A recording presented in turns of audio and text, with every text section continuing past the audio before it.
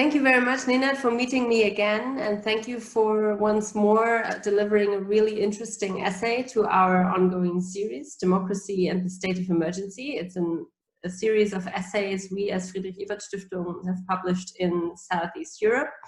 The colleagues from the regional office in Sarajevo and the colleagues from Belgrade have collaborated on this, and we're happy to have you as the contributing author once more. It's the second edition, and we'll do just a quick Q&A to dive into the topics of what has changed, basically. So you're capturing the political and societal developments in the country, in North Macedonia. And I was wondering, has the public reaction towards the prolonging of the state of emergency changed somehow compared to the last time it was prolonged? Because it has been prolonged again. Well, while this interview takes place, and in the past period, it has been prolonged for the third time, in fact, not just the second time. Second time was in the period when we were writing the second report, and in the meantime, there was a third time for additional 2 weeks, not for 30 days as previously. So basically, every new prolonging of the state of emergency relates to two things, basically, in the public eye, I would say. On one hand, people misunderstand that the state of emergency has nothing to do with the police hour, with the mobility restriction, and other measures that are basically made on that are being drafted and enacted on basis on completely different legislation, which has nothing to do with the state of emergency. So people think that prolonging the state of emergency basically means more restrictive measures, which is not true. It just means more power for the government, less power for the parliament, which is a separate problem that we will discuss. And basically, the other thing that was a major difference compared to the first time when the state of the emergency was declared is that people tend to think that it has something to do with the elections and the inability of political leaders from all Macedonian and Albanian countries in the country to agree on a specific date.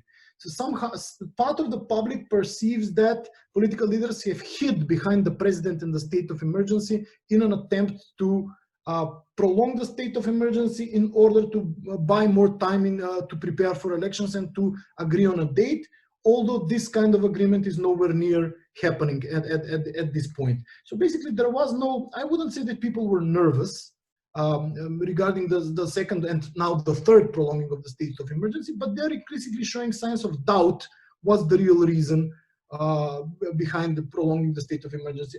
My guess is that this won't happen for a fourth time. So the leaders they will be practically forced to agree on some kind of date and what will happen when it comes to the election timeline and the preparing of the election for the elections. So the state of emergency is simply not related to other measures. And although the situation has gradually started to liberalize, the announced liberalization has not taken place because unfortunately the pandemic of COVID-19 has re-peaked in Macedonia.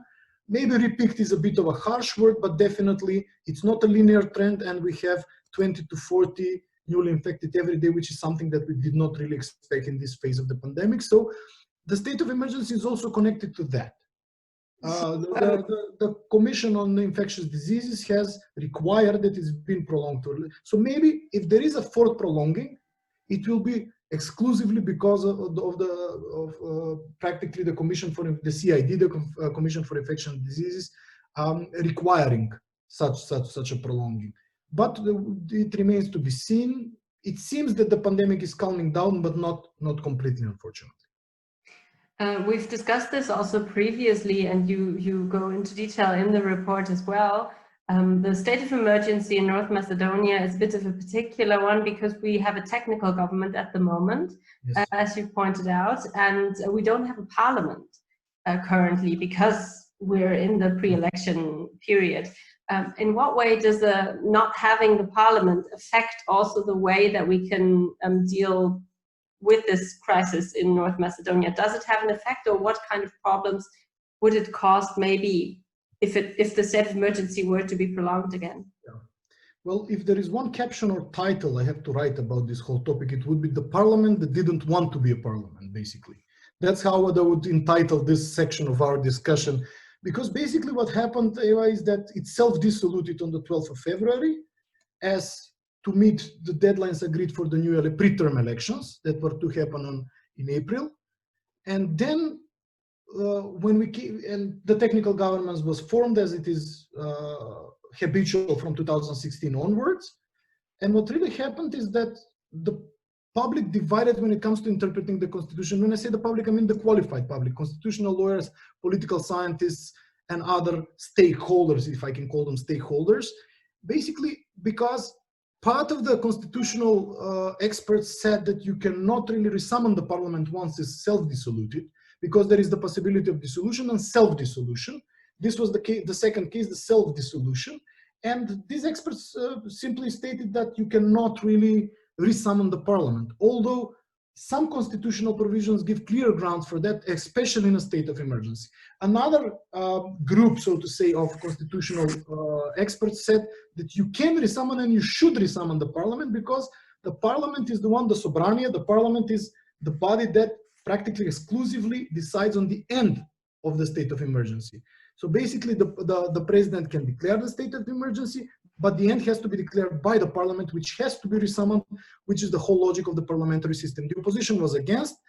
So basically it did not resummon because major political factors, especially the president of the parliament, inclined to the first interpretation that it cannot be resummoned. So we don't have a parliament, we don't have any democracy. On the other hand, we don't have enough democratic control. On the other hand, the opposition is blaming the government that the decree laws that the government is practically drafting and implementing, only 1/3 or 1/4 of these decree laws are really related to the state of emergency. So basically, it's a kind of a contradictory situation.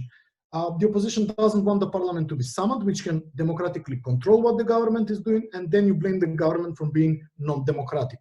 It creates an obvious democratic vacuum and a democratic deficit, where practically governmental MPs initiated the resummoning of the parliament, which Talat Jaferi refused. According to my opinion, it should have happened. We should have regained democratic control, because there is no need to go in such a political drama when you have the constitutional option of resummoning the parliament. Unfortunately, it did not happen, and this democratic vacuum that I explained simply occurred in the country. So let's look at it in a broader perspective, because the report that you're writing or that you've written is about North Macedonia, but there are other reports about the neighboring countries of the Western Balkans as well. In particularly that regard that you just elaborated on, so sort of a democratic culture that is potentially being harmed through this period, and that shows its weaknesses.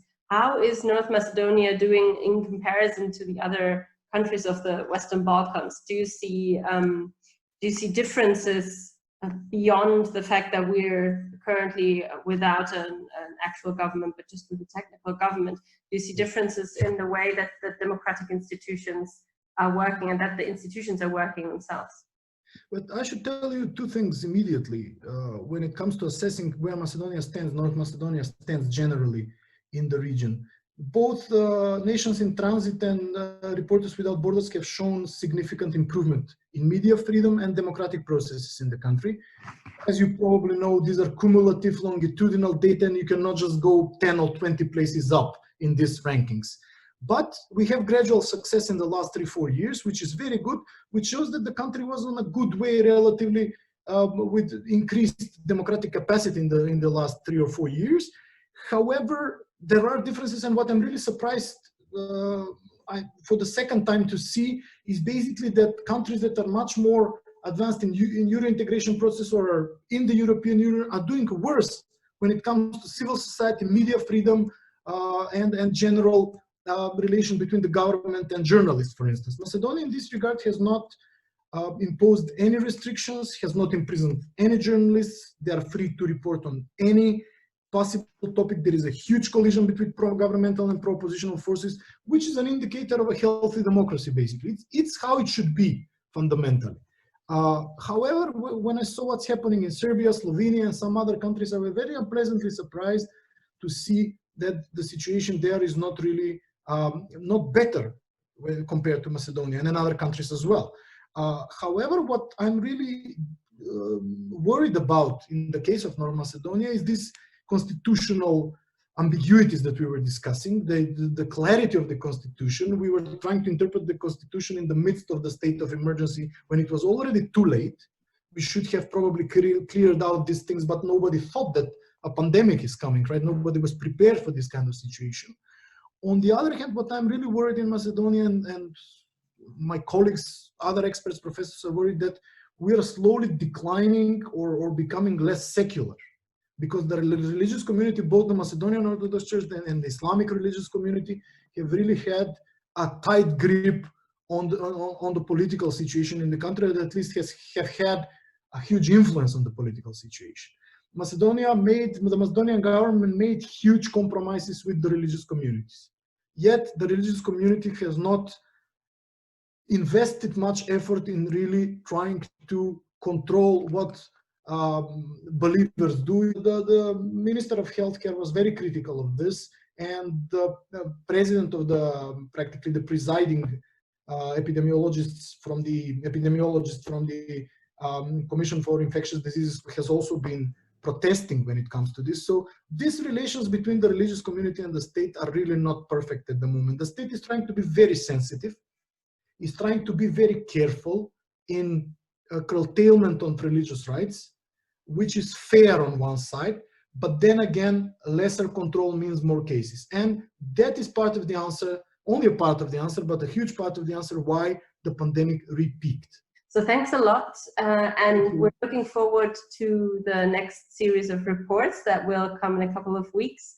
Again, hoping, of course, that the state of emergency will lift, but the series will continue because the effects of the state of emergency will certainly prevail and be felt for a longer period of time. So Thank you for the opportunity, and hope to see you soon without social distance.